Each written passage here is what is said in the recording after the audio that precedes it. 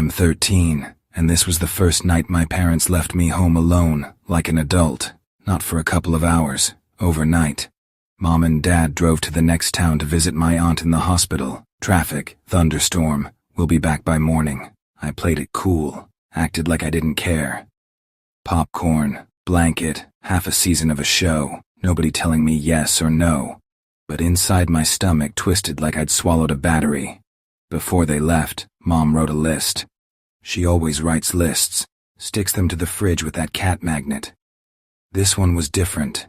Don't open the door after 11, even if they say, "It's us." Bolt the basement, twice. Don't look in the hallway mirror after dark. Cover it with a towel. Leave a glass of water on the living room windowsill. The house dries. If the home phone rings, don't answer. We won't be calling. I laughed. The house dries. Seriously? But I did everything. The basement bolt clanged. It always sounds like someone tugging from the other side. Towel over the mirror. Glass of water on the sill. At 10:48 they drove off. I stood at the window until their headlights turned the corner. Then it was just me, my creaky two-story house, orange ceiling beams, and radiators that chatter like teeth. I set up my base camp in the living room. Blanket, flashlight, phone, charger, 2, just in case, bowl of popcorn, Sprite, remote, TV buzzing warm. Because in this house, if you leave it silent too long, the place starts breathing louder than you. At 11:06, something clicked in the hall. We've got this ancient thermostat that likes to click at random. Thinking about eternity, I told myself, and turned the volume up. At 11:41, the lamp in the corner flickered, died. Only the TV and kitchen light strip left. I remembered thunderstorm. Out there, sky-rolled barrels. I walked to the kitchen, flipped on the overhead. It worked. Walked back. The corner lamp was already on again. I froze at the doorway, tried to look not bothered. St. Mom would have said, "Ilusha, lamps do that sometimes." At 12:12 the home phone rang. A real one, with a cord. We keep it for Grandma in the hospital, but nobody ever uses it. Everyone knows our cells. I looked at the fridge list. If the home phone rings, don't answer. My whole body coiled up like a snake.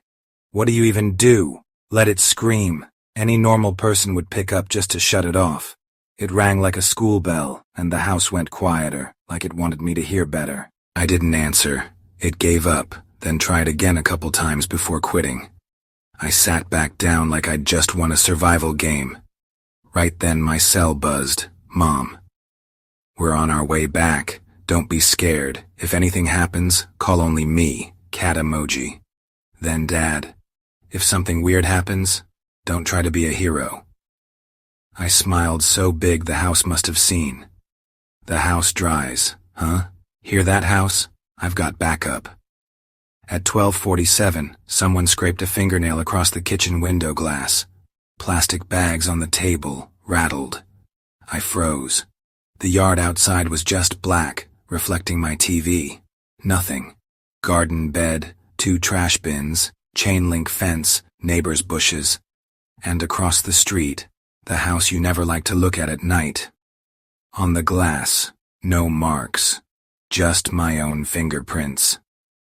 Heading back, I noticed the towel on the hallway mirror had slipped. One corner exposed. I stopped like a video game character who just realized they're in the wrong hallway. To fix it, I had to pass the mirror. Grandma used to tell me, "Don't look in mirrors at night. They aren't about you at night." I thought it was about pimples. Tonight, I didn't. I turned my head to stare at the floor, stretched up my arm, found the towel edge. It was damp, cold. I yanked. Towel fell on me like wings, shook it off, and in the mirror, the hall, empty, and me, almost me. Except my reflection had a second shadow at my shoulder, small, like a handprint. I blinked. It was gone. "Calm down," I said out loud. "Don't forget the water. The house dries." I picked up the glass. The waterline was lower. Maybe I'd sipped. I didn't remember. My eyes felt like dry lips. At 1:23, the TV shut off. Pop. Gone.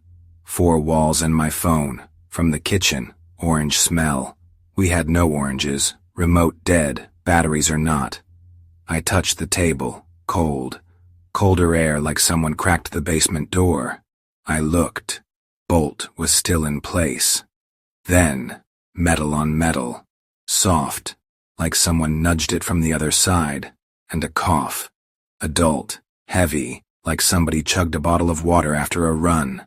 I called Dad. Rings. No answer. Mom. Out of range. Old voice memos. Buy bread. Don't forget your scarf. I love you. They sounded too normal for tonight. The home phone rang again. 3 sharp rings, stopped. Again. 3. On the 4th round I realized, the ringing wasn't out there. It was in here. I picked up. Stupid, fear does that. Just a rustle, like pen on paper. Then a woman's voice, familiar but not Mom's, whispered, "Don't open, please. He can't knock any other way." I set the receiver down like a pet mouse. Knock on the door. 3 raps. Pause. 3 more. Closer. A voice. Mom's voice. "Ilusha, it's us. Key broke. Open up. Come on, honey." And Dad's, "Open, son." Neon sign in my brain. Don't open after 11, even if they say it's us. I laid my palm on the door.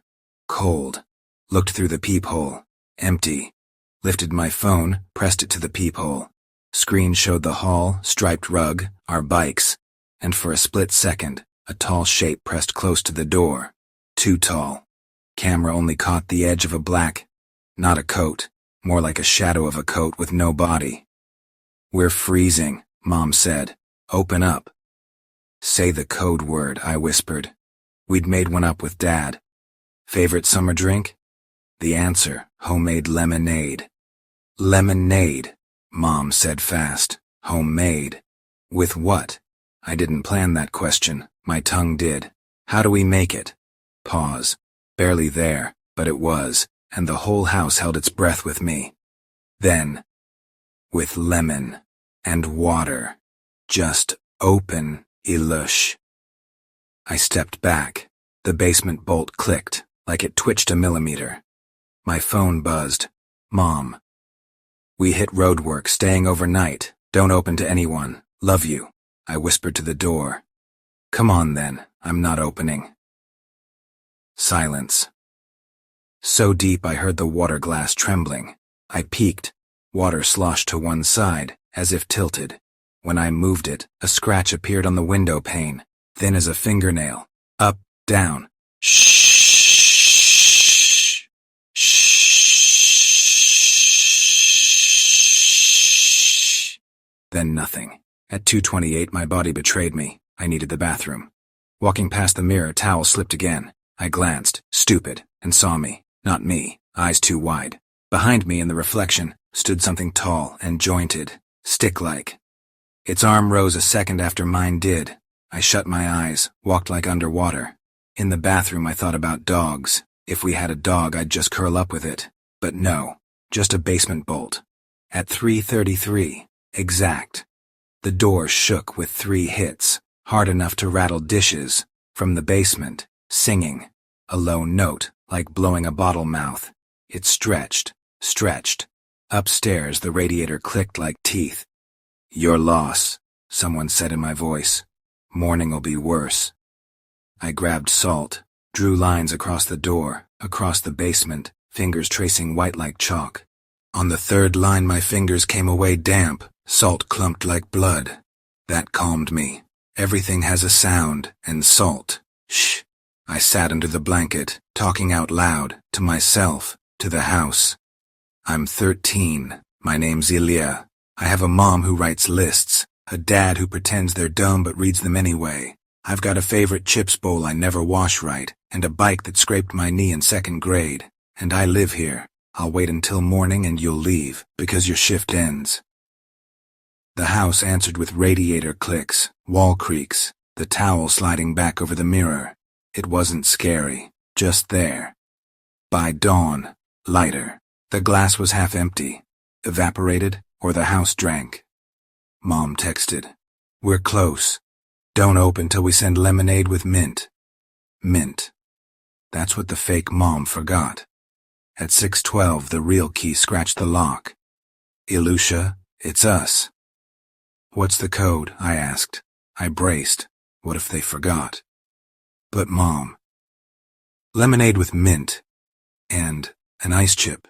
You love the ice chip. Dad added, and sugar. 1 spoon, not like Grandma. I dropped the chain. There they were. Real. Tired eyes, but alive. Mom glanced at the floor, at my salt lines, and whispered, "Good job." Dad hugged me like I'd come back from the army. "Anything happen?" he asked, staring at the basement bolt, still shut. But 3 scratches across the metal. Clean, neat, like made for a photo. I pointed. "There." He sighed, half angry, half knowing. "We'll check the house later," he said. "New list goes up." "The old one works fine," Mom said, staring at the half-empty glass. "The house dries." I smirked, fixed the towel over the mirror. Noticed in the corner of the frame a thin white nick, like someone left a nail mark. I was here. Pretended I didn't see. Some things go away if you ignore them. I still went to school. History test. If you tell your teacher the ones who can't knock otherwise came last night, she'll say, "Write it up for Lit Club." So I did. This. That evening, Mom crossed the mirror rule off the list, kept the water one, and added another in her slanted handwriting. "If you're scared, say out loud who you are and where you live." Sounds silly, but at night, when the radiator starts counting bones, it helps. You get a little louder than the thing that came, and the house hears you, and it dries less. If you made it all the way to the end, then you're exactly the kind of person I'm looking for. Hit that subscribe button. It really means a lot to me. I hope I can keep bringing you more stories, to make you smile, or maybe, to scare you.